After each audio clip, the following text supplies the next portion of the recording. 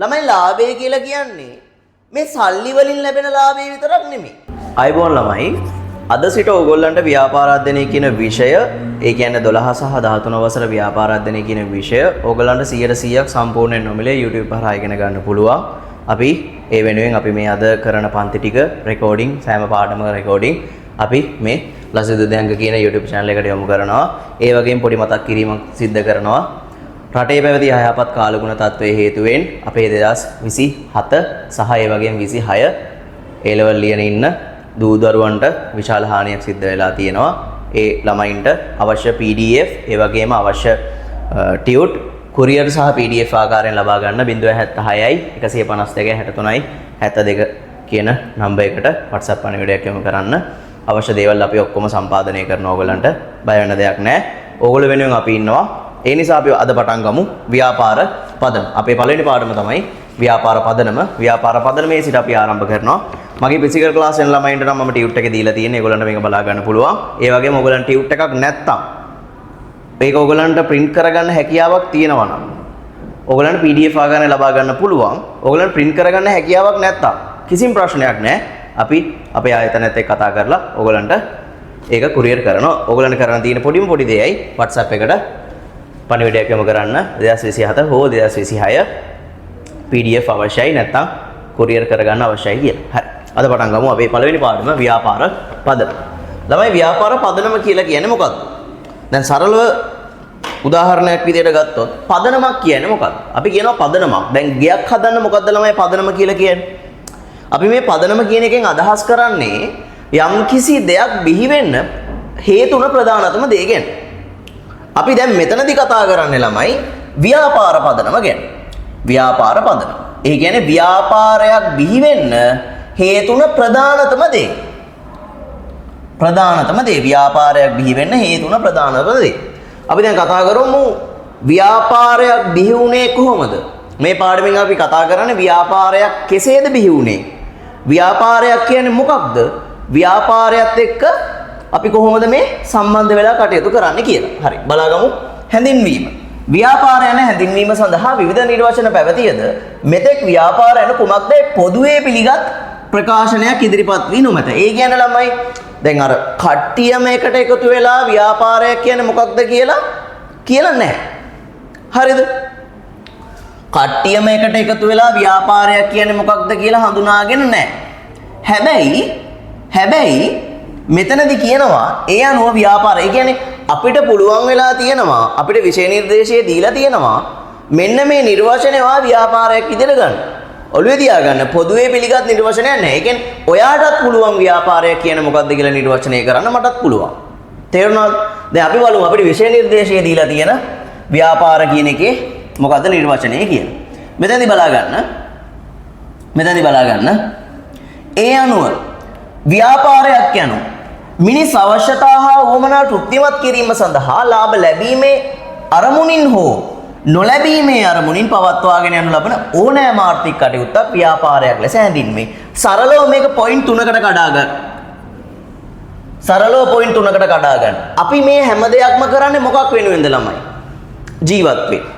අපිට ජීවත් වෙන්න අපි සපුරා ගන්න ඕනේ අපේ අවශ්‍යතාවයන් හා උවමනාවන්. එතකොට අපි කියනවා ළමයි ව්‍යාපාරයක් මගින් කරන්නේ අපේ අවශ්‍යතාවයන් හා උවමනාවන් සපුරා දෙන එක. එතකොට අපි පළවෙනි පොයින්ට් එක විදිහට කඩා ගන්නවා අවශ්‍යතා හා උවමනා. තෘප්තිමත් කිරීම. දෙවෙනි පොයින්ට් එක විදිහට ගන්නවා මේ ව්‍යාපාර කරගෙන යන්න පුළුවන් ආකාර දෙකක් කියනවා. අරමුණ අනුව එක්ක ලාභ නොලැබීම. නැත්නම් අපි කියන ලාභ නොලැබීම නෙවෙයි හොඳට පොඩ්ඩක් ඔළුවේ දාගන්න ළමයි. මේකෙදි කියනවා ලාභය අරමුණු කරගත් හෝ ලාභය අරමුණු කර නොගත්. ඒ කියන්නේ අරමුණු කර නොගත් කියන එකෙන් අදහස් කරන්නේ ළමයි ලාභයක් ලැබෙන්නේ නැහැ කියලා නෙමෙයි. හොඳේ. හරිද? ඒක මම ඉස්සරහින් තව කියලා දෙන්නම්. දෙවෙනි පොයින්ට් එක විදිහට ගන්නවා ලාභ ලැබීමේ අරමුණින් හෝ ලාභය හෝ අපි කියනවා ළමයි ලාභ නොලැබීමේ අරමුණට තව ලස්සන වචනයක් මොන සුබ සාධනය කියලාද? සමාජ සුබ සාධනය. සමාජ සුබ සාධනය. ඒ කියන්නේ උදාහරණයක් විදිහට මෙහෙම ගන්නකො. ඔය දන්සල් කාලේට වගේ කට්ටිය කරන්නේ සමාජ සුබ සාධනය. දැන් අපි අපි දැන් හිතන්න උදාහරණයක් විදිහට ගමු කඩයක්. හොට් ඩොග් කඩයක් ගමු. මේ හොට් ඩොග් කඩයක් තියෙනවා.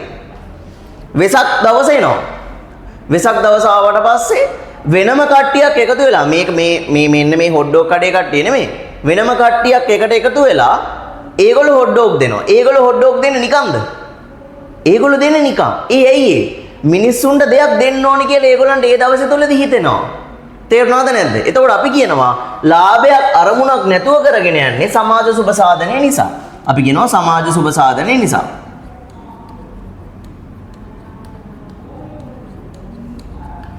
ඊළඟ පොයින්ට් එක විදියට ගන්නවා මේ ඕනෑම ආර්ථික කටයුත්තක්.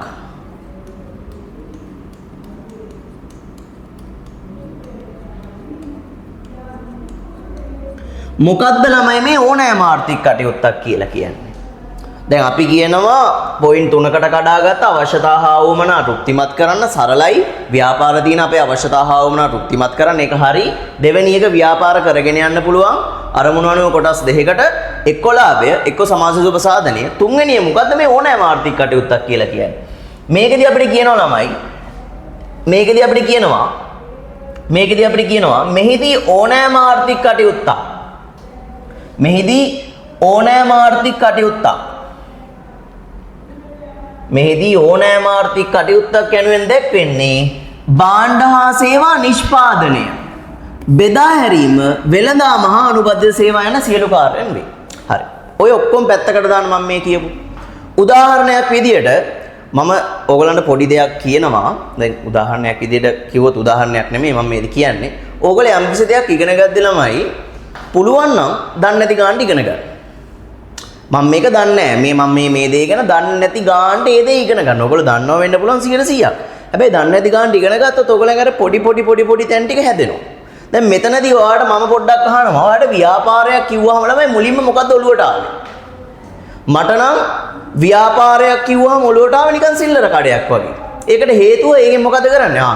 අපි ගිහලා සල්ලි දීලා බාණ්ඩ ගන්න. ඔයා අපිට සල්ලි වල භාණ්ඩය මොනවද කරන්නේ? විකුණනවා. හැබැයි මෙතනදී කියනවා ළමයි ව්‍යාපාරයක් කියලා කියන්නේ මේ භාණ්ඩ හා සේවා විකිණීම විතරක් නෙමෙයි. නැත්නම් අපි කියනවා අලෙවි කිරීම විතරක් නෙමෙයි. මෙතනදී කියනවා භාණ්ඩ හා සේවා නිෂ්පාදනය.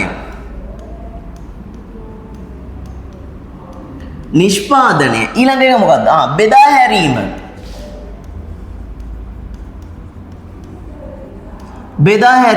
ඊළඟ එක මොකද්ද? වෙළඳාම.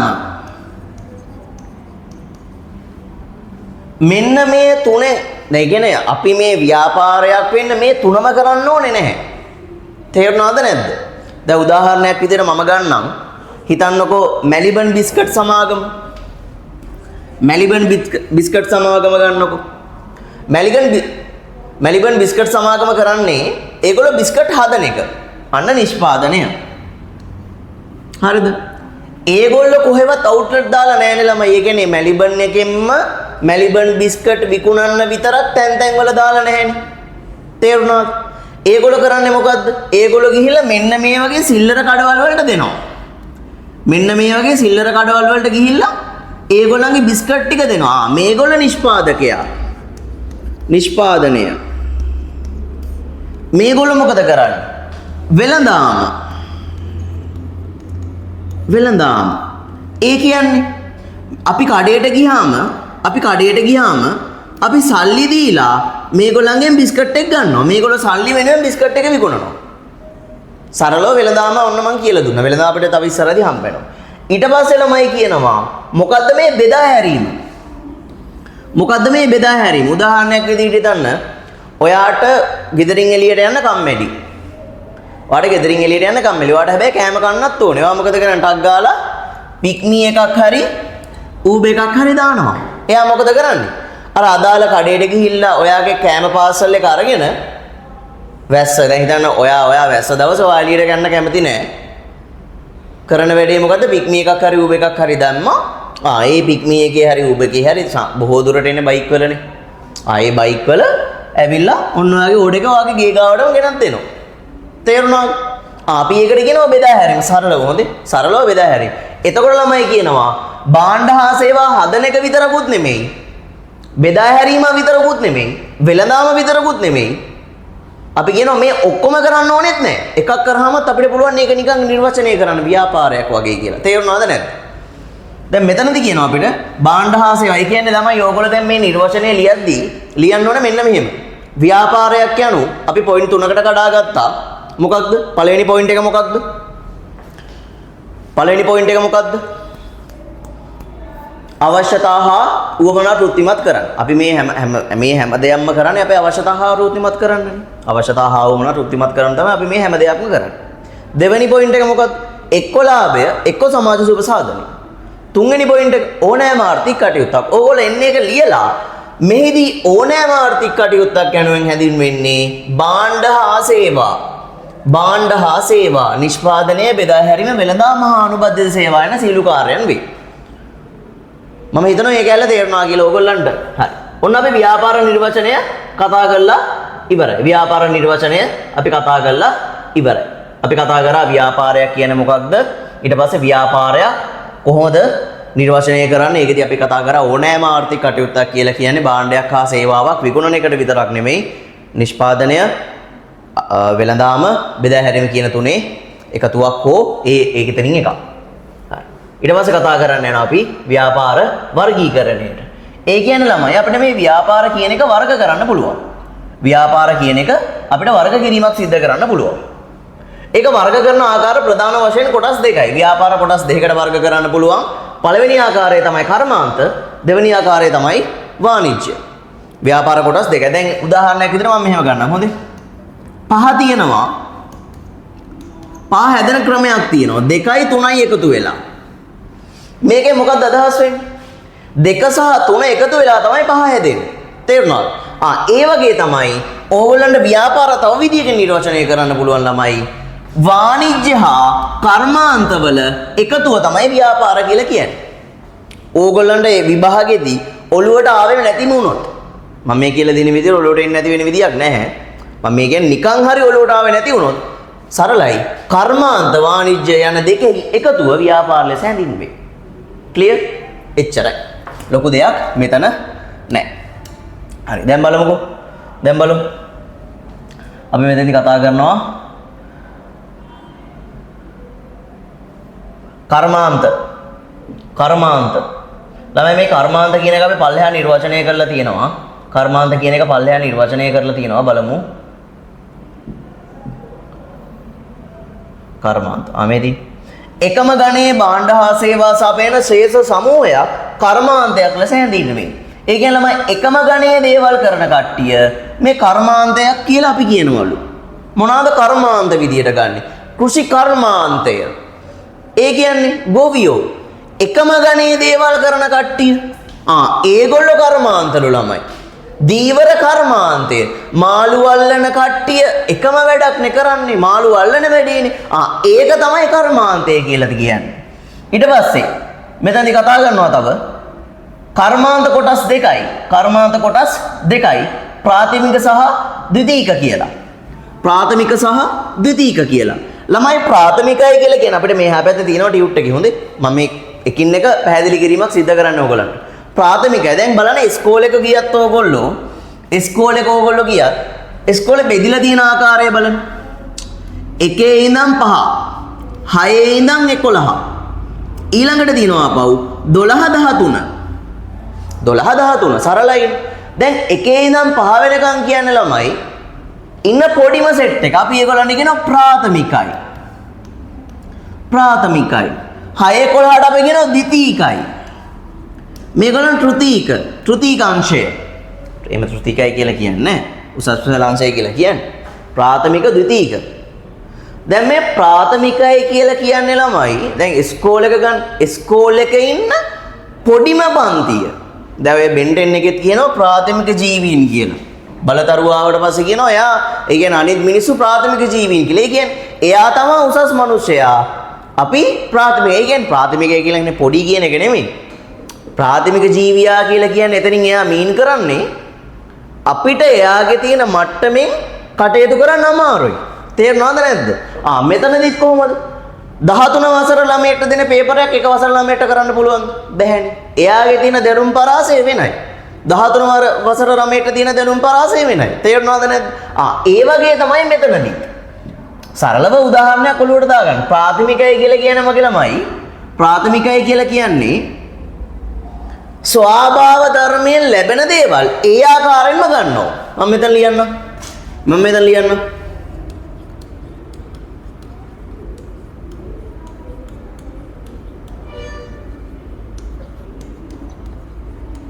ලැබෙන දෑ ඒ ආකාරයෙන්ම ප්‍රයෝජනයට ගැනීම.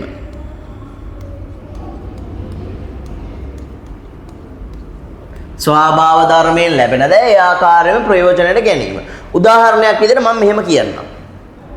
හරිද? ඕගලන්ගේ ගෙදර වත්තේ තියෙන අඹ ගහක්. හරි නෑ. ඊට කලින් මම කියනවා ද්විතීකයි කියන්නේ මොකක්ද කියලා.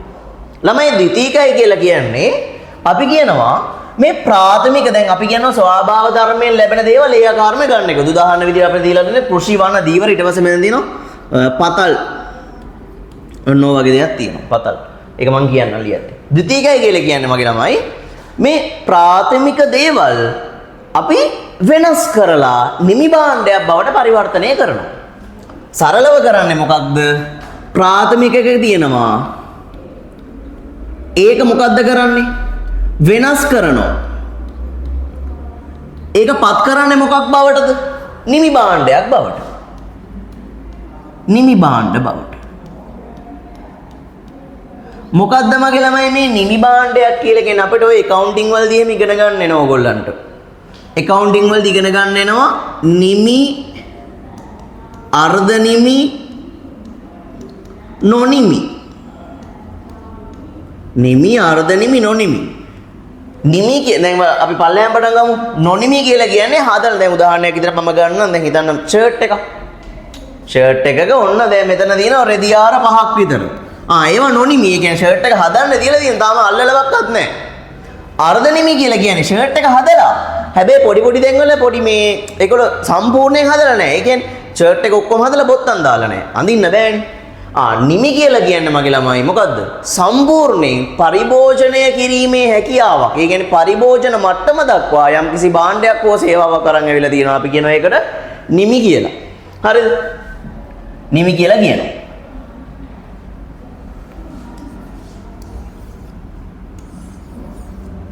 ඊට පස්සේ දැන් අපි කතා කරගෙන ද්විතීක එකනේ.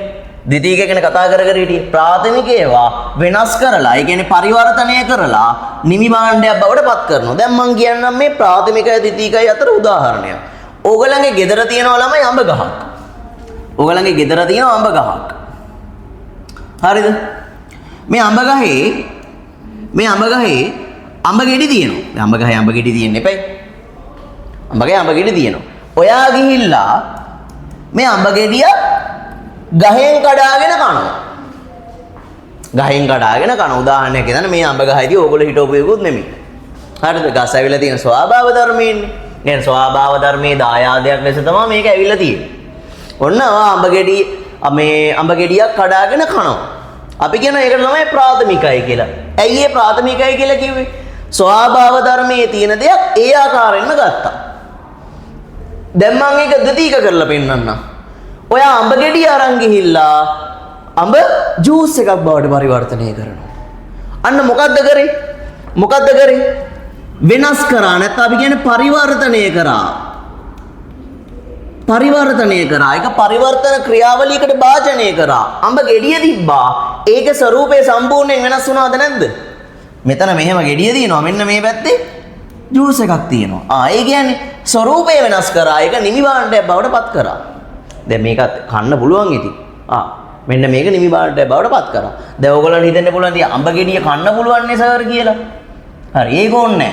දැන් මේක බලන්න. කෘෂි වන දීවර තියෙනවනේ. කෘෂි වන දීවර. ගමුකෝ දීවර කියන එක. කෘෂි වන දීවර අතරින් දීවර කියන එක ගමු. ඔන්න ඔයා යනවා මුහුදට.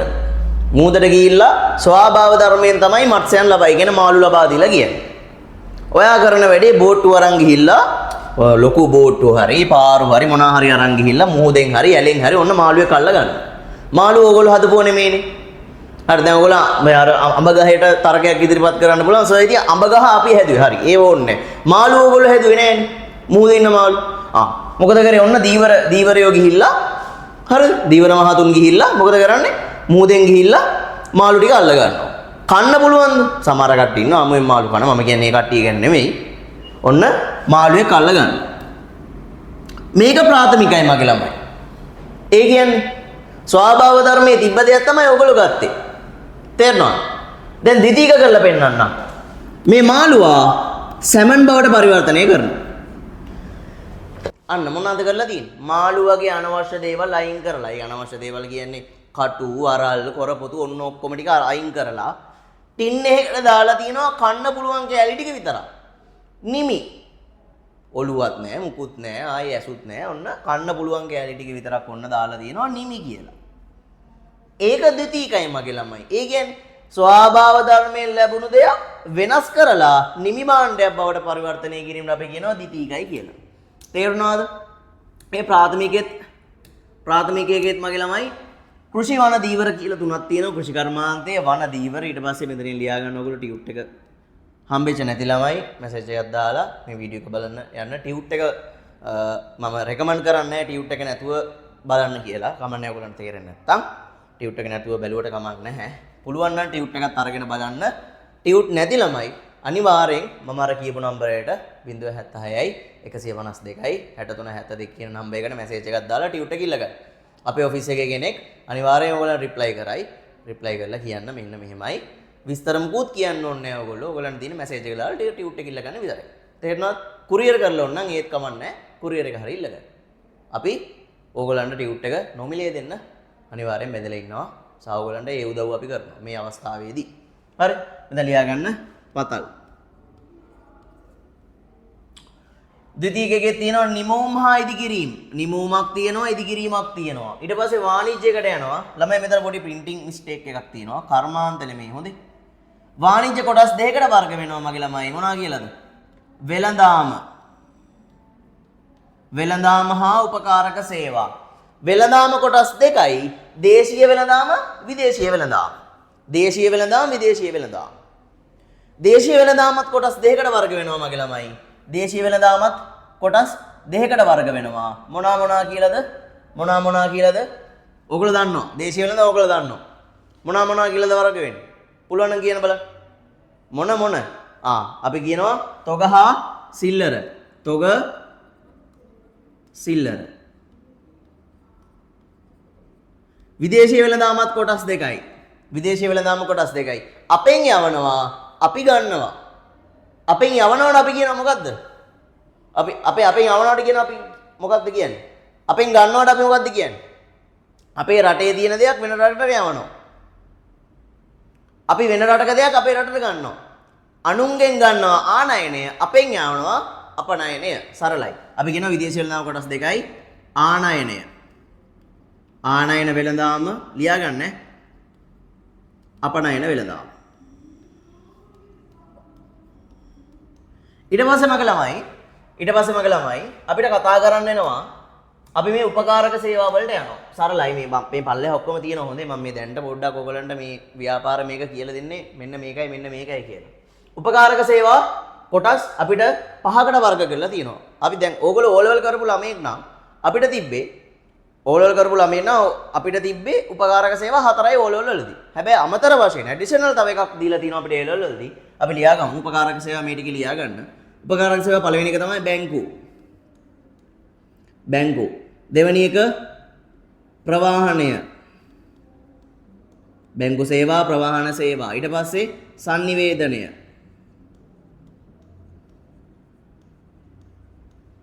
ඊට පස්සේ මම පුතේ රක්ෂණය. අන්න අපිට අමතරව ඕලෙවල් වලින් ඒලෙවල් වලට එද්දි එකක් එකතු වෙලා තියෙනවා මොන කරණයද? ගබඩාකරණය. දැන් මගේ ළමයි මේ උපකාරක සේවා කියලා කියන්නේ ව්‍යාපාර කරගෙන යනකොට සහාය වන සේවා. ඒ කියන්නේ හෙල්ප් එකක් දෙනවා. මොනවාද මේ වගේ ලැබෙන හෙල්ප්? අපි බලමු. මොනවාද මේගොල්ලන්ගෙන් ලැබෙන උදව්? බැංකු වලින් ලැබෙනව මොනවාද? බැංකු වලින් මොනවද ලැබෙන්නේ? පහසුකම්. මූල්‍ය පහසුකම්. ප්‍රවාහණය මොකක්ද යන්නේ? භාණ්ඩ හෝ මගීන්. භාණ්ඩ හෝ මගීන් රැගෙන යාම. sannivedanaya මොකද කරන්නේ? තොරතුරු හුවමාරුව. රක්ෂණය මොකද කරන්නේ? අවදානම් ඒක රාශී කිරීම. ගබඩාකරණය මොකද මගේ ළමයි කරන්නේ? ගබඩාකරණය අපි ගන්න භාණ්ඩ රැස් කර තවා ගැනීම.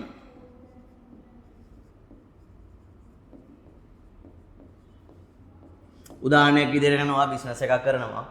බිස්නස් එකක් කරනවා. හරිද? බිස්නස් එකක් කරනකොට බිස්නස් එක පටන් ගන්න ඔයාගේ අතේ තියෙන රුපියල් ලක්ෂ 5යි. රුපියල් ලක්ෂ 5යි තියෙන්නේ. ඔයාලට මේ බිස්නස් එක පටන් ගන්න රුපියල් ලක්ෂ 15ක් ඕනේ. ඔයාගා 5යි තියෙනවා. ඔයා කිලිම් යන්නේ කොහෙටද? බැංකුවට ගිහිල්ලා ලෝන් එකක් ගන්නවා. මූල්‍ය පහසුකම් ගන්න උපකාරක සේවාවක්. ළමයි මේවා සේවා හොඳේ. ඉස්සරහදී කියලා දෙන්නම්. මොකද්ද භාණ්ඩයක් කියන මොකද්ද සේවාවක් කියලා කියන්නේ කියලා. ප්‍රවාහණය පුතේ. ඔයා ගන්න ඒවා දැන් හිතනවා මේ ඉලෙක්ට්‍රොනික භාණ්ඩ ගන්නවා කියලා. ඔයා පිටරටින් ගෙන්නනවා. වරායට එනවා. හරිද? නැත්තම් ගුවන් තොටුපළට එනවා.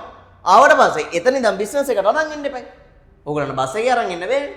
ඔය මොකද කරන්නේ? ප්‍රවාහන සේවාවක් ගන්නවා. එක්ක භාණ්ඩ එක්ක මගින් රැගෙන යාම. දැන් මගින් රැගෙන යනකොට හිතන්න එපා කොහොමද මේ අවයව ජාවාරම් කරනවාද කියලා. එහෙම නැහැ. හිතන්නකෝ ඔය මේ අපේ ෆොරිනර්ස්ලා එනවා. ඒගොල්ලන්ට අපි තැන් ගිහිලා පෙන්නනවා. ට්‍රැවලින් කරන්න කට්ටිය එනවා. ඒගොල්ලන්ට අපි ගිහිලා තැන් පෙන්නනවා. අන්න ඒ වගේ මාණ්ඩහමකින් රැගෙන යනවා. ඊට පස්සේ මයි පුතේ දින sannivedanaya. ඔයා කෝල් එකක් දීලා කියන්න ඕනේ කඩේ අයිතිකාරයාට මම මෙන්න මේ ටයිම් එකට එනවා. මගේ භාණ්ඩ ටික ලෑස්ති කරලා තියලා තියන්න. මම ඇවිල්ලා සල්ලි දීලා ගන්නම්. අන්න sannivedanaya තොරතුරු හුවමාරුව. මොකක් හරි යාළුවෙට කියනවා මම දැන් ඔයා බිස්නස් එකක් කරනවා යාළුවෙට කියනවා මගේ මෙන්න මේ ස්ටොක් එකක් එනවා. ඔයාට ඕනද මගේ භාණ්ඩ ටික? ඇවිල්ලා ගන්න. ඊට පස්සේ රක්ෂණය පුතේ. රක්ෂණය කියලා කියන්නේ අවදානම් මේක රාශී කර ගැනීම. ඒ කියන්නේ අපි ඔය සාමාන්‍ය වාහනේම රක්ෂණය කරනවා නේද? දැන් ඔය මේ දැන් රටේ තිබ්බනේ පොඩි අයහපත් කාලගුණ තත්ත්වයක්. පොඩි නන් නෙමෙයි. ලොකු අයහපත් කාලගුණ තත්ත්වයක් තිබ්බා. ඒකෙන් දේපල සහ වාහන ඒ වගේම දේපල සහ වාහන නම් ළමයි අපිට යථා තත්ත්වයට පත් කරන්න පුළුවන්. හැබැයි මිනිස් ජීවිත බොහෝ ප්‍රමාණයක් අහිමි වුණා.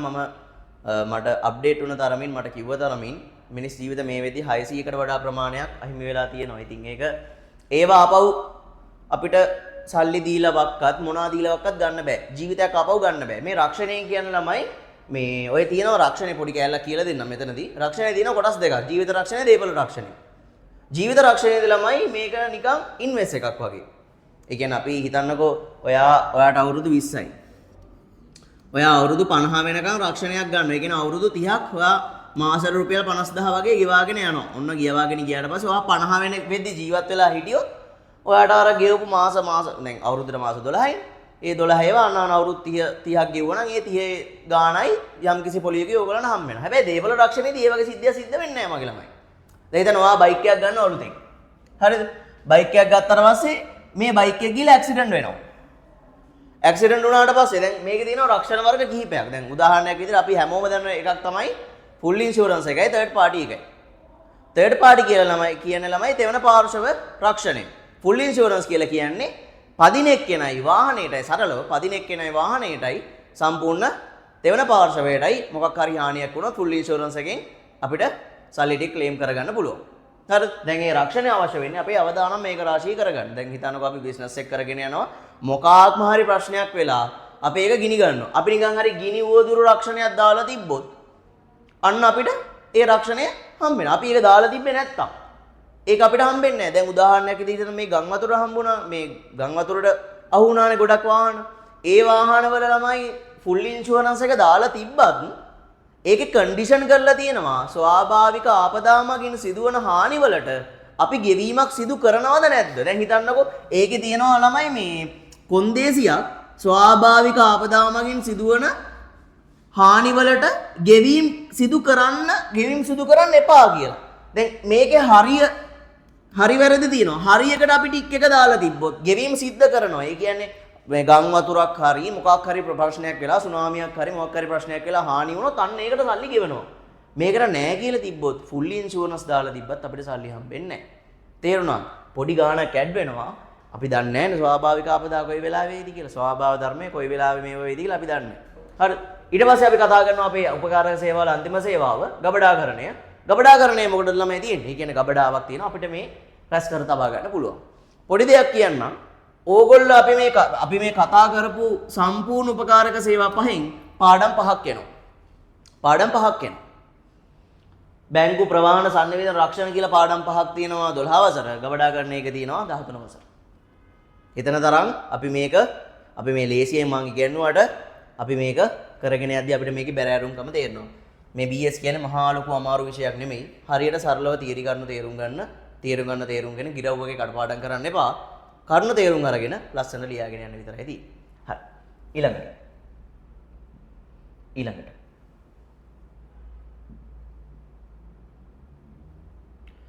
මෙතෙන් දිනන ළමයි වෙළඳාම යන. දැන් අපි අර කතා කරානේ. මෙතනදී අපි කතා කරා මෙතන අපි පොඩි කරෙක්ෂන් එකක් සිද්ධ කරා. මෙතන එන්නේ වෙළඳාම කියලා. දැන් මේ වෙළඳාම කියන්නේ මොකක්ද කියලා කියනවා. වෙළඳාම යනු අයිතිය හෝ හිමිකම ලිඛිතව වෙනස් වීමක් සමග භාණ්ඩ හා සේවා මිලදී ගැනීම හා විකිණීමයි. උදාහරණයක් මම දෙන්නම්. මේ ඔළුවට දාගන්න එපා. උදාහරණයක් දෙන්නම්. හිතන්න අමර කියලා පුද්ගලයෙක් ඉන්නවා. උදාහරණයක් ගන්න. අමර කියලා පුද්ගලයෙක් ඉන්නවා. හරිද? මේ අමර කියන පුද්ගලයා කරනවා සිල්ලර කඩයක්. අමර කියන පුද්ගලයා සිල්ලර කඩයක් කරනවා. සිල්ලර කඩේ භාණ්ඩයක් තියෙනවා. අපි ඉන්නවා. අපි කියන්නේ කවුද? පාරිභෝගිකයෝ ඉන්නවා. ඔය වෙළඳාම කියලා කියන ළමයි අයිතිය හෝ හිමිකම ලිඛිතව වෙනස් වීමක් සමග භාණ්ඩ මිලදී ගැනීම හා විකිණීමයි. ළමයි මෙයා සිල්ලර කඩයක් නේ කරන්නේ. සිල්ලර කඩයක් නේ කරන්නේ.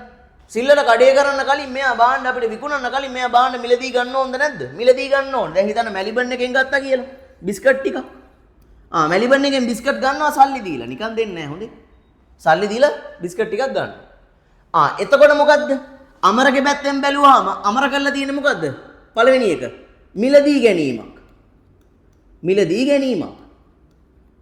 අමර මේ බිස්කට් එක 100ට කරගෙන 110කට විකුණනවා. රුපියල් 10ක ලාභයක් තියාගෙන.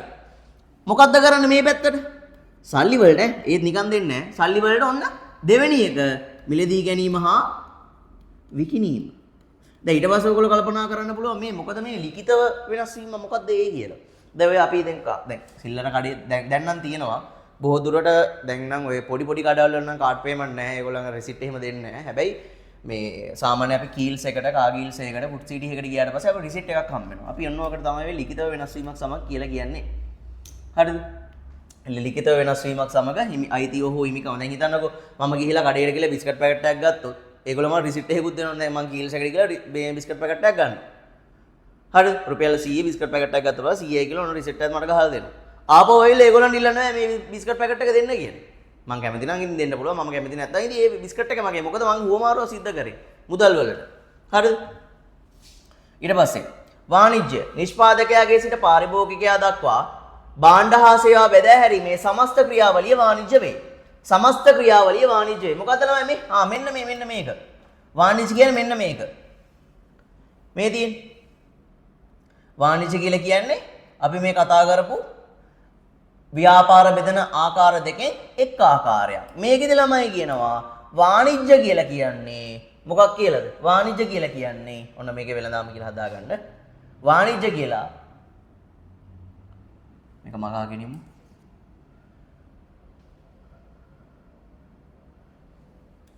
ව්‍යාපාර වර්ග වෙන එක් ආකාරයක්. වාණිජ්‍ය හැදෙන්නේ වෙළඳාමයි උපකාරක සේවා කියන දෙකේ එකතුවේ. එතකොට මගේ ළමයි මෙතන බලන්න.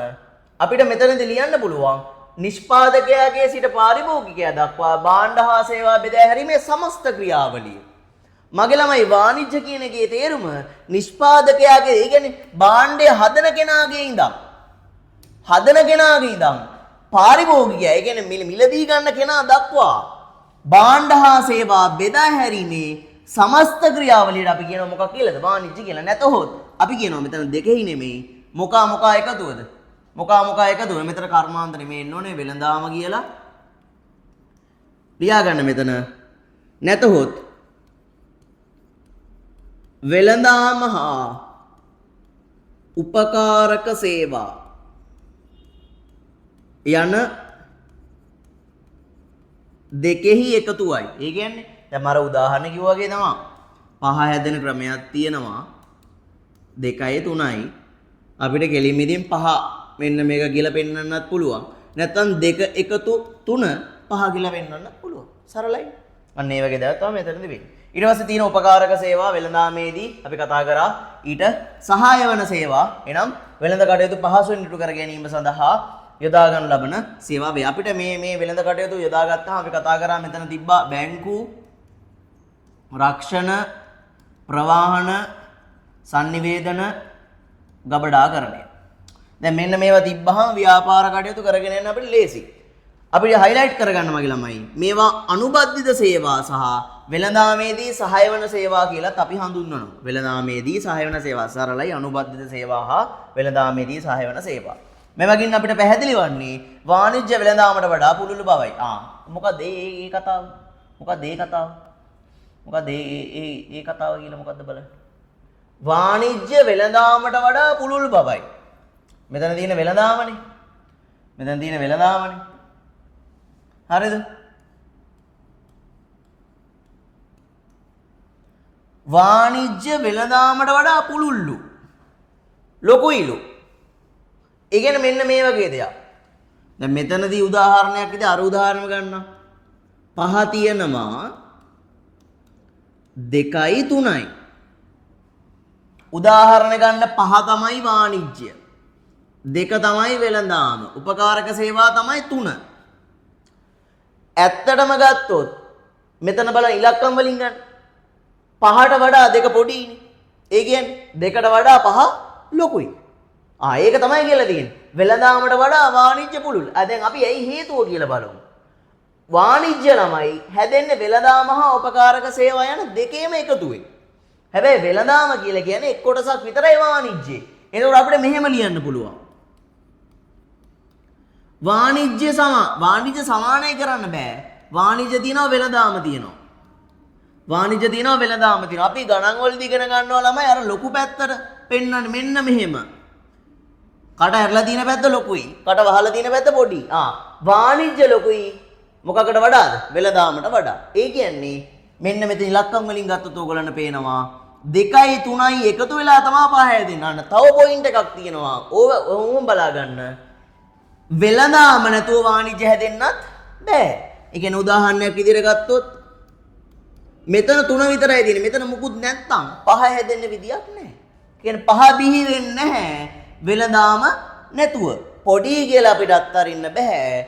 ඕනම පොඩි දෙයක් අපිට වැදගත් වෙන්න පුළුවන්. ඒ වගේ තමයි වාණිජ්‍යදී මෙන්න මේ වෙළඳාම කියන්නේ පොඩි දෙයක් වෙන්න පුළුවන්. හැබැයි ඒ වෙළඳාම නැත්තම් වාණිජ්‍ය බිහි වෙන්නේ නැහැ.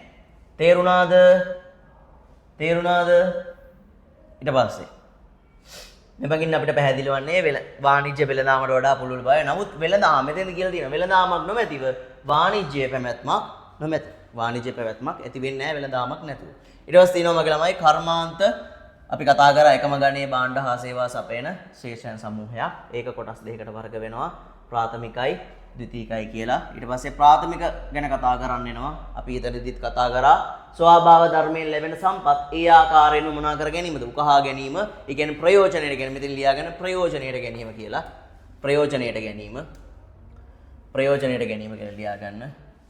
ඒක කපන්න එපා. ඒක මීන් වෙන්නේ ප්‍රයෝජනයට ගැනීම.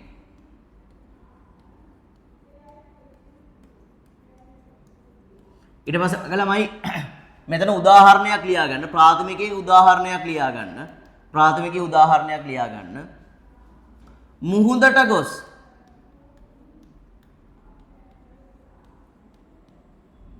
මසුන් ඇල්ලීම.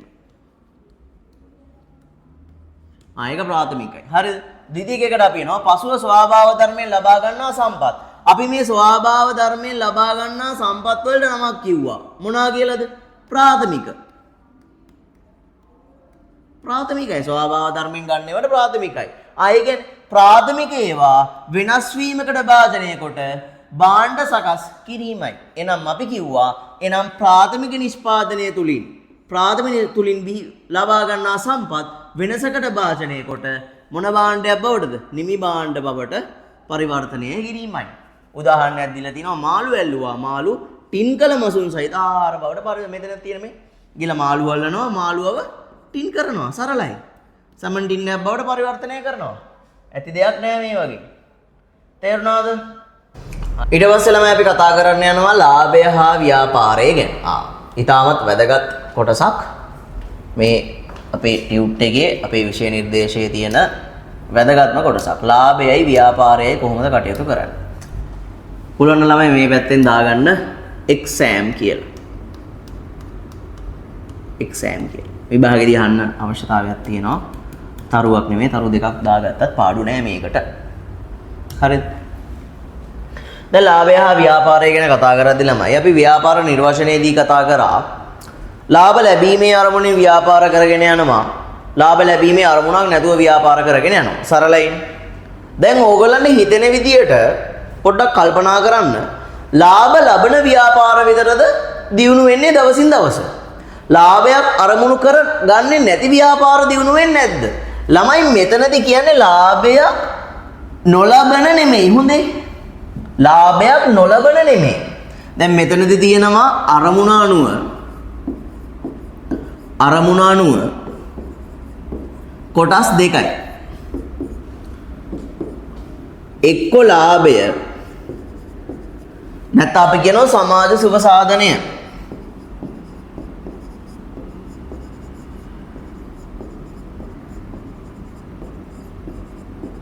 එක්ක ලාභය නැත්තම් සමාජ සුභ සාධනය අපි කියනවා මේකට ලාභය අරමුණු කර නොගත්.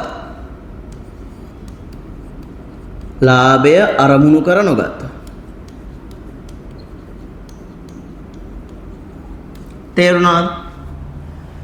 මම අහන්නේ ඕගොල්ලන්ගෙන් මේ ලාභ ලබන ව්‍යාපාරයද සාර්ථක වෙන්නේ. එතකොට මේ ලාභයක් අරමුණු කරගන්න නැති ව්‍යාපාර සාර්ථක වෙන්නේ නැද්ද? මේ මොකක්ද මේ ලාභය කියන එකෙන් අපි අදහස් කරන්නේ ළමයි? මේ ලාභය කියන එකෙන් අපි අදහස් කරන්නේ මොකක්ද? ළමයි ලාභය කියන එක සරලව මම මෙහෙම කියලා දෙන්නම්. ළමයි ලාභය කියලා කියන්නේ මේ සල්ලි වලින් ලැබෙන ලාභය විතරක් නෙමෙයි. ඒ කියන්නේ රුපියල් ශත වලින් ලැබෙන ලාභය ඒ විතරක් නෙමෙයි. දැන් අපි කොටස් දෙකකට වර්ග කරමුකෝ. ලාභය කොටස් දෙකකට අපිට සරලව වර්ග කරන්න පුළුවන් රුපියල් ශත වලින් ලැබෙන ලාභය.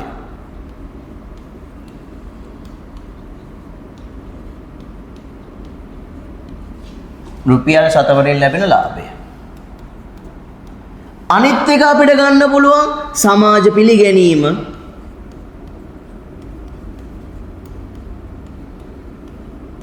ඊට පස්සේ සමාජ සම්බන්ධතා.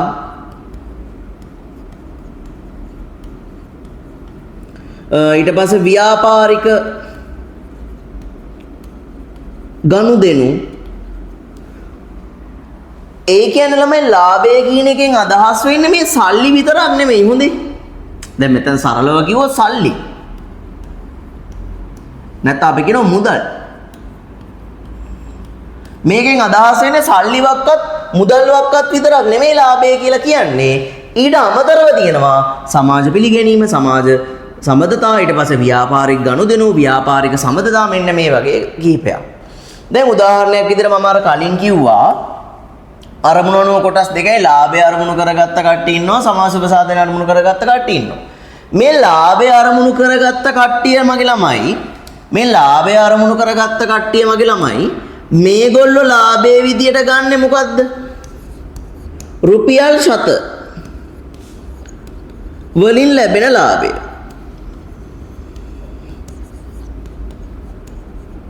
රුපියල් ශත වලින් ලැබෙන ලාභය තමයි මේගොල්ලෝ මොකක් විදියට ගන්නද? ලාභයේ විදියට ගන්න. හැබැයි මේ සමාජ සුභ සාධනය අරමුණු කරගත්ත කට්ටිය රුපියල් ශත වලින් ලැබෙන ලාභය ගන්නෙ නැහැ. ඒගොල්ලන්ගේ ලාභයේ විදියට ඒගොල්ලෝ ගන්නෙ මගේ ළමයි. ඒගොල්ලෝ ගන්නේ මොනවාද? අර මම අර කලින් කිව්වේ සමාජ පිළිගැනීම.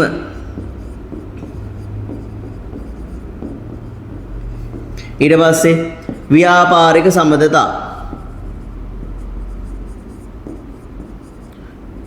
ඊට පස්සේ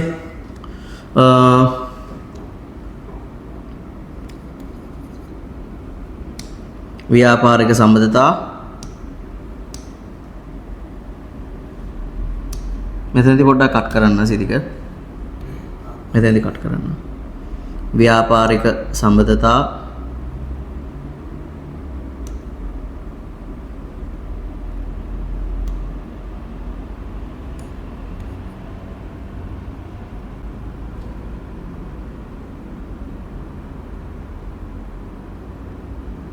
ඊට පස්සේ සමාජ සම්බන්ධතා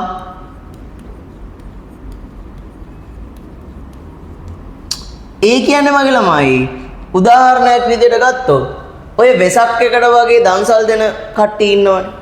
දැන් මේ කට්ටිය සංවිධානය වෙලානේ කරන්නේ. අපි කියන උදාහරණයක් විදිහට සිංහ සමාජය මගින් මේ පවත්වනු ලබන දහවරවරටත් පවත්වනු ලබන මහා බද්දන්සල්.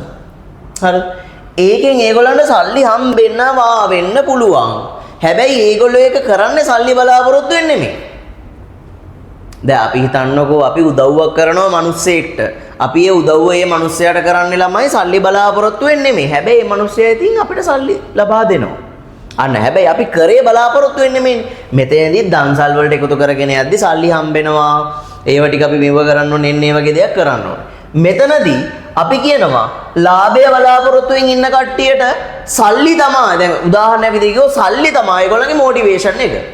හැබැයි මේගොල්ලන්ට සමාජ සුබ සාධනය නැත්නම් අපි කියනවා ලාභය අරමුණු කර නොගත් කට්ටියට ඒගොල්ලන්ගේ මොටිවේෂන් එක මොකද්ද? කට්ටිය සමාජයට ගියාට පස්සේ හොඳ පිළිගැනීමක් තියෙනවා. ඕගොල්ලන්ට සිංහ සමාජ කට්ටිය නේද? ඕගොල්ලෝ නේද අර මේ 10 වෙනි පාරටත් බද්දන්සලා දුන්නේ. අපිත් ඇවිල්ලා කාලේ ගියා. ඕගොල්ලෝ හරිම මේ ඊළඟ පාරටත් කරන්න. අපිත් සපෝට් එක දෙන්න අන්න. හොඳ පිළිගැනීමක් තියෙනවා. එන්නේ ඒව තමයි මේ ළමයි කියන්නේ මොකද්ද? සමාජ සුබ සාධනය අරමුණු කරගත්ත ව්‍යාපාර බලාපොරොත්තු වෙන ලාභය. තේරුණාද? එතකොට ලාභය කියලා කියන්නේ සල්ලි විතරක් නෙමෙයි. හොඳේ. මෙන්න මේකක් තියෙනවා. මේකයි දෙකම තියෙනවා ලාභය කියලා ගන්නකොට. දැන් අපි බලමු අපේ නෝට් එක. දැන් අපි අපේ නෝට් එක බලමු. මේකෙද තියෙනවා මගේ ළමයි ලාභය හා ව්‍යාපාර අතර ඇත්තේ මනා සම්බන්ධතාවයකි. ඒට හේතුව වන්නේ ඕනෑම ව්‍යාපාරයක් සාර්ථකව ඉදිරියට කරගෙන යාම සඳහා ලාභය අවශ්‍ය සාධකයක් වන බැවිනි. මේ අනුව ලාභය ව්‍යාපාර සඳහා වැදගත් වීමට හේතු පහත දැක්වේ. දැන් මෙතනදී අපි කතා දැන් මෙතනදී කියලා ලාභය අත්‍යවශ්‍ය සාධකයක් වෙනවලු ව්‍යාපාරය ඉස්සරහට කරගෙන යනකොට. අපි අතනදී කතා කරා ලාභය කියලා කියන්නේ සල්ලි විතරක් නෙමෙයි. දැන් මෙතනදී ලියා ගන්න ඕගොල්ලෝ මේ පැත්තෙන් හරි ලියා ගන්න. මෙතනදී ලියා ගන්න. ලාභය අරමුණු කරගත් මෙන්න මේ කපාගෙන මෙතෙන් ලියා ගන්න. ලාභය අරමුණු කරගත්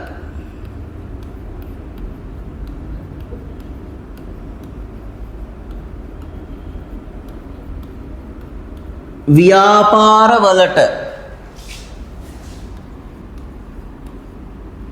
ලාභය වැදගත් වීමට හේතු.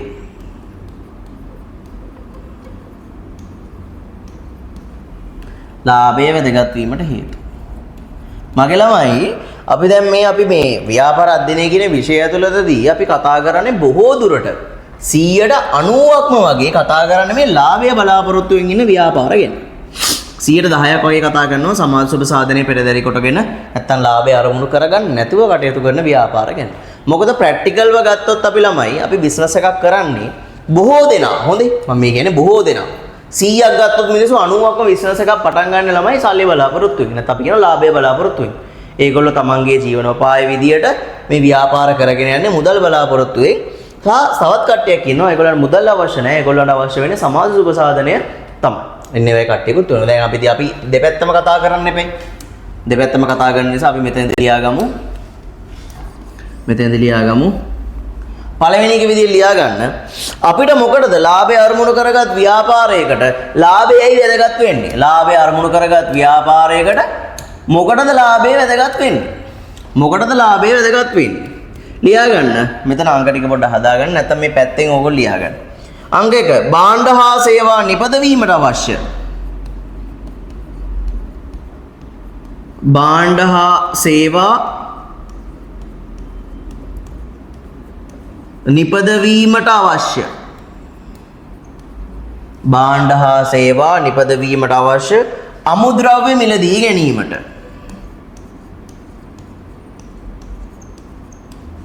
අමුද්‍රව්‍ය මිලදී ගැනීමට ඒ කියනවා වගේ ළමයි අපි බිස්නස් එකක් කරගෙන යනකොට දැන් හිතන්න අපි ෂැම්පූ හදනවා කියලා ෂැම්පූ හදන්න අවශ්‍ය අමුද්‍රව්‍ය ටික ගන්න ඕනේ අපි ඒවට සල්ලි බීදා වෙනවා ඒකින්ද තමයි මේ ලාභයක් අපිට ඕනේ ඊළඟ එක අයිතිකරුවන් තෘප්තිමත් කිරීමට ඒ කියන්නේ අයිතිකාරයව තෘප්තිමත් කරන්න ඕනේ ඔක්කොටම කලින්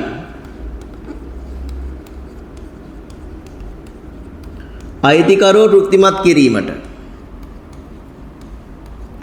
ඊට පස්සේ ඔය තියෙන්නේ වැටුප් හා වේතන ව්‍යාපාරයේ වියදම් ටික කවර් කරගන්න අපි බිස්නස් එකක් කරගෙන යනකොට හිතන්න අපි සේවකයෙක් වැඩට ගත්තා කියලා එයාට වැටුපක් ගෙවන්න එපේ විදුලි බිල එනවා එයාට මේ විදුලි බිල ගෙවන්න ඕන ජල බිල එනවා ජල බිල ගෙවන්න ඕන ලියන්න වැටුප් හා වේතන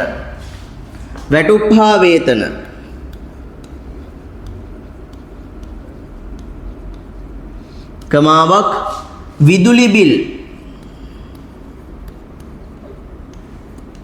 හා ජල බිල් වැනි වියදම් ගෙවීම සඳහා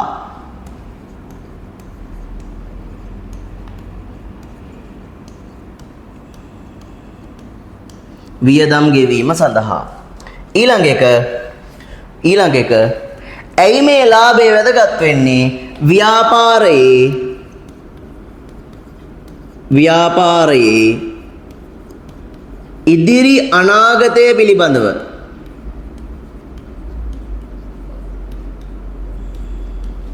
ව්‍යාපාරයේ ඉදිරි අනාගතය පිළිබඳව තීරණ ලබා ගැනීම සඳහා තව එකක් ලියා ගන්න ඕනම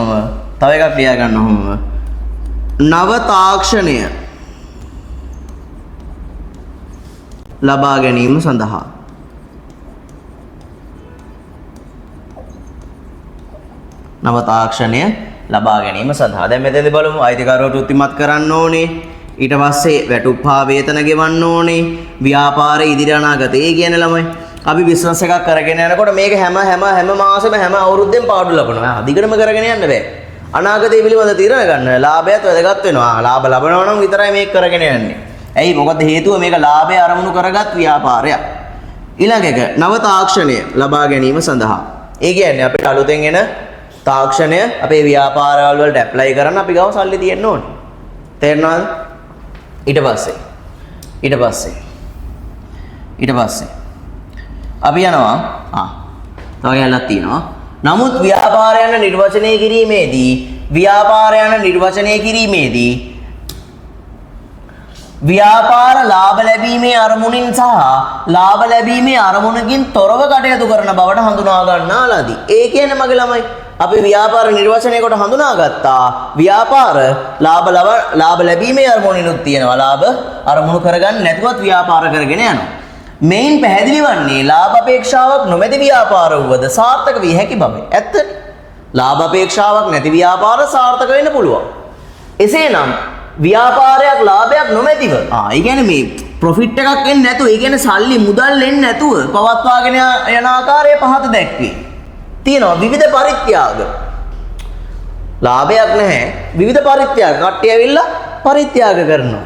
ඊට පස්සේ විවිධ ව්‍යාපෘති තුලින් අරමුදල් රැස් කිරීම. දැන් හිතන්නකෝ කැම්පස් වල ළමයි නම් එහෙම අර මොකක් හරි ඉවෙන්ට් එකක් හරි නැත්නම් අපේ දැන් මේ ළඟදී කැම්පස් එකේ ලිටල් හાર્ට් එකට අරමුදලක් එක් රැස් කරන්න ඒගොල්ලෝ කරපු වැඩේ මේ පෑන් එහෙම print කරගෙන දැන් University of Ruhuna කියලා ගහලා පෑන් එහෙම print කරගෙන කියලා කට්ටියට ඒ පාලෙත් කරා. අන්න ව්‍යාපෘතිය. ඊට පස්සේ සමාජික අරමුදල්. ඔය සාමාන්‍ය ඔය කැම්පස් වල තියෙන ළමයි මේ බොහෝමයක් 99%ක්ම වගේ ඉවෙන්ට් වලට ඒගොල්ලෝ පොඩි මුදලක් ගන්න ඒකට හේතුව තමයි මොකක් හෝ ව්‍යාපෘතියක් වෙනුවෙන් තමයි ඒගොල්ලෝ ඒ දේ කරන්නේ. ඒ කියන්නේ හිතන්නකෝ කෑම දෙන්න හරි දුව මේ ඊට පස්සේ නැත්තම් ඔය මොකක් හරි කැන්සර් වල ඉන්න ළමයින්ට ඒව දෙන්න හරි නැත්තම් කැම්පස් එක ඇතුලේ මොකක් හරි ප්‍රශ්නයක් වෙලා ඉන්න ළමයින්ට එන්නේ මේ උදව්වක් කරන්න එන්නේ වගේ දේවල් වලට 99%ම කරන්නේ බොහෝ දුරට කරන්නේ ඒ ව්‍යාපෘති වෙනුවෙන් කරන්නේ මොකද්ද? උදව් කිරීම. සමාජික මුදල්. සමාජික දැන් හිතන්න සමිතිය දැන් එකතු වෙලා කතා කරනවා ක්‍රීඩා සමාජයක් තියෙනවා. ක්‍රීඩා සමාජයක් තියෙනවා. හරිද? මේගොල්ලෝ කරන වැඩේ ක්‍රිකට් මැච් එකක් ඕගනයිස් කරනවා. ක්‍රීඩා සමාජයේ ඉන්නවා කට්ටිය 75 දෙනෙක්. මේ 75 දෙනාගෙන්ද රුපියල් 100 ගානේ ගන්නවා. තේරුණාද? 75 දෙනාගේ රුපියල් 100 ගානේ ගන්නවා. එතකොට ඒගොල්ලන්ට අන්න සමාජික මුදලක් බිහි වෙලා. ප්‍රාදේශීය සහ දේශීය අනුග්‍රහය. දැන් ඔය බලන්න දන්සල් එහෙම කරගෙන යනකොටම ළමයි මේ කෙලින්ම ගිහිල්ලා ඉල්ලන්නේ කාගෙන්ද? ගමේ ඉන්න ලොකුම සල්ලිකාරයාගේ. ප්‍රාදේශීය දේශීය අනුග්‍රහය. එයා සාමාන්‍යයෙන් දැන් හිතන්නකෝ දන්සල් එහෙම කරගෙන යනකොට එයා ලියනවා දැන් අනිත් කට්ටිය ලියන්නේ 500යි 1000යි. එයා ලියනවා ලක්ෂයයි. ලක්ෂයයි. අවුරුදු උත්සවයක් තියෙනකොට එයත් වෙනවා ආරාධිත මුත්තා විදියට. එයා කියන ලක්ෂ 5ක් ප්‍රදානය කරපු මෙන්න මේ තැනැත්තා මෙන්න මෙයා අපිට උදව් කරා මේ අවුරුදු උත්සවයේ තියන ආ. එතකොට ඉතින් අපි අප්පුඩි ගහලා ඉතින් එන්නේ අන්න ප්‍රාදේශීය සහ දේශීය අනුග්‍රහයකින්. ස්වේච්ඡාවෙන් වැඩ කරන සේවක පිරිස්. ස්වේච්ඡාවෙන් සේවය කරන සේවක පිරිස. ඒ කියන්නේ ස්වේච්ඡාවෙන් වැඩ කරන පිරිසකුත් ඉන්නවා. මේ කට්ටිය මොකද කරන්නේ? තමන් කිසිම ලාභයක් බලාපොරොත්තු වෙන්නේ නැහැ. ස්වේච්ඡාවෙන් කියන්නේ තම කැමැත්තෙන්, සුව කැමැත්තෙන් ඇවිල්ලා වැඩ කරන සමහර කට්ටිය ඉන්නවා ඔය සොය කැමැත්තෙන් ගිහිල්ලා ඔය පාරවල් එහෙම මතු ගන්න. ඇත්තටම හොඳයි ඊයේදී. ඊට පස්සේ ව්‍යාපාර ගති ලක්ෂණ තියෙනවා. හරි. පළවෙනි කොටස තමයි අද අපි ලාභය හා ව්‍යාපාර වෙනකන් කතා කරේ. මේකේ අපි කොටස් කිහිපයකින් කතා කරන්න බලාපොරොත්තු වෙනවා. මේ ඔයගොල්ලන්ට YouTube එකට මේ වීඩියෝ ටික අපි දානවා අප්ලෝඩ් කරනවා. එතකොට කිසිම ප්‍රශ්නයක් නැතුව ඔයගොල්ලන්ට පාඩම් ටික එකින් එකට බලාගෙන යන්න පුළුවන්. අපි ලොකු පැය ගණන් කරන්න බලාපොරොත්තුවක් නැහැ. මොකද හේතුව මම දන්නවා ඔයගොල්ලොත් පැය දෙකේ තුනේ ඒවා බලන්නේ ෆිල්ම් එකක් වගේ නම් බලනවා. ඒත් බලන්නේ නැහැ. ඉතින් පාඩමක් බලන්නේ නැහැ. ඒ නිසා අපි පොඩි වීඩියෝ ක්ලිප් මගින් මේක පවත්වාගෙන යන්න තීරණය කරා. අර කලින් කිව්වා වගේ ටියුට් වල ගැටලුවක් තියෙනවා නම් කිසිම ප්‍රශ්නයක් නැහැ. අපිව දැනුවත් කරන්න. අපි ඒවා නොමිලේ ඔයගොල්ලන්ට සම්පාදනය කරන්න. අපේ ටීම් එකේ ඉන්නවා BS විත්ලසන ටීම් එක. අනිවාර්යෙන් ඒගොල්ලෝ මැසේජ් එක බලනවා. මැසේජ් එක බැලුවට පස්සේ ඔයගොල්ලන්ට අවශ්‍ය දේවල් සම්පාදනය කරයි. ටියුට් ඊට පස්සේ පොත්පත් එහෙම හරි ප්‍රශ්නයක් තියෙනවා නම් අපිට කතා කරන්න. අපි මේ වෙලාවේ අපේ පැත්තෙන් එන්න පුළුවන් උදව්ව විදියට නොමිලේ උගන්වනවා. ඕගොල්ලන්ගේ පැත්තෙන් ඕගොල්ලන්ට කරන්න තියෙන එකම දේ තමයි මේ වෙලාවේ කිසිම බාධාවක් ඔළුවට හිතන්නේ නැතුව සමහර දෙමව්පියෝ ඉන්නවා තමන්ගේ දරුවා හිමි වුණ සමහර දරුවෝ ඉන්නවා තමන්ගේ දෙමව්පිය හැවි වුණ. ඉතින් ඇත්තටම කනගාටු වෙලා රටේ සිද්ධ වුණ තත්වයට ඉතින් ඒ වෙනුවෙන් අපිට කරන්න පුළුවන් එකම දේ ගුරුවරයෙක් විදියට මට උගන්වන එක. ඕගොල්ලන්ට කරන්න පුළුවන් එකම දේ හොඳට ඉගෙනගෙන වැඩ ටික කරගන්න. එතකොට මම හිතනවා මේ දේ මේ විදියට කරගෙන යන එකෙන් ඕගොල්ලන්ට සහ ඕගොල්ලන්ගේ දෙමව්පියන්ට සහ දරුවන්ට ලොකු උදව්වක් වෙයි කියලා කිසිම ප්‍රශ්නයක් නැහැ. මම අර කිව්වා වගේ ඉගෙන ගන්නකොට පුළුවන් නම් මුකුත් දන්නේ නැතුව ඉගෙන ගන්න. මොකද ඒක තමයි ලොකුම දේ. මොකද මම වුණත් අද වුණත් මම යම් කිසි දෙයක් පොඩි දෙයක් හරි දන්නවනම් ඒ දේ වෙන කොහෙන් හරි මම ඉගෙන ගන්නවනම් මම ඒක දන්නේ නැති ගන්න තමයි ඉගෙන ගන්න. මොකද අපි යම් කිසි අපි ඔළුව දුමාගෙන හිටියොත් මම මේ දේ ගැන දන්නවා මම මේ දේ ගැන හොඳට දන්නවා මම ආයේ මේක ඉගෙන ගන්න ඕනේ නැහැ කියලා ඒක ඇත්තටම අපේ ඔළුවට පිහිටන්නේ නැහැ. ඒ වගේම තමයි මම කියලා දෙනකොට උනත් ඕගොල්ලන්ට කියලා දෙන්නේ මෙතන ඉන්න කිසිම ළමයි මම කවදාවත් අහලා නැහැ මගේ ඉන්න ෆිසිකල් ක්ලාස් එකේ ළමයින්ගෙන් ඕගොල්ලෝ මේ පාඩම ඉස්කෝලේදී කරා නැත්නම් වෙන කොහෙන් හරි බැලුවද එහෙම කිසිම දෙයක් අහන්නේ නැහැ. මොකද මට ඒ ඔක්කොම සමානයි. කියලා දුන්න ළමයාට මම ආයි වෙනමක්වත් ඒගොල්ලන්ට ඊට පස්සේ කියලා දීලා නැති ළමයාට වෙන ආකාරයක උගන්වන්නේ නැහැ. ඔක්කොම මම උගන්වන්නේ මේ ළමයින්ට මම මේ පාඩම කවදාවත් කොහෙන්වත් මේගොල්ලෝ අහලා නැහැ. ඒ නිසා ඔක්කොටම තේරෙන විදියට මම මේ පාඩම කියලා දෙනවා කියලා. ඉතින් ඕගොල්ලන්ට ඒ අවස්ථාව ලැබිලා තියෙනවා. අද ඉඳන් ඕගොල්ලන්ට මේ වීඩියෝ ටික බලා ගන්න පුළුවන්. හරිද? ටියුට් වල ප්‍රශ්න තියෙනවා අනිවාර්යෙන් කියන්න. එහෙනම් ළමයි ආයුබෝවන්. අදට පාඩම ඉවරයි. ඊළඟ වීඩියෝ එකකින් අපි හම්බෙමු.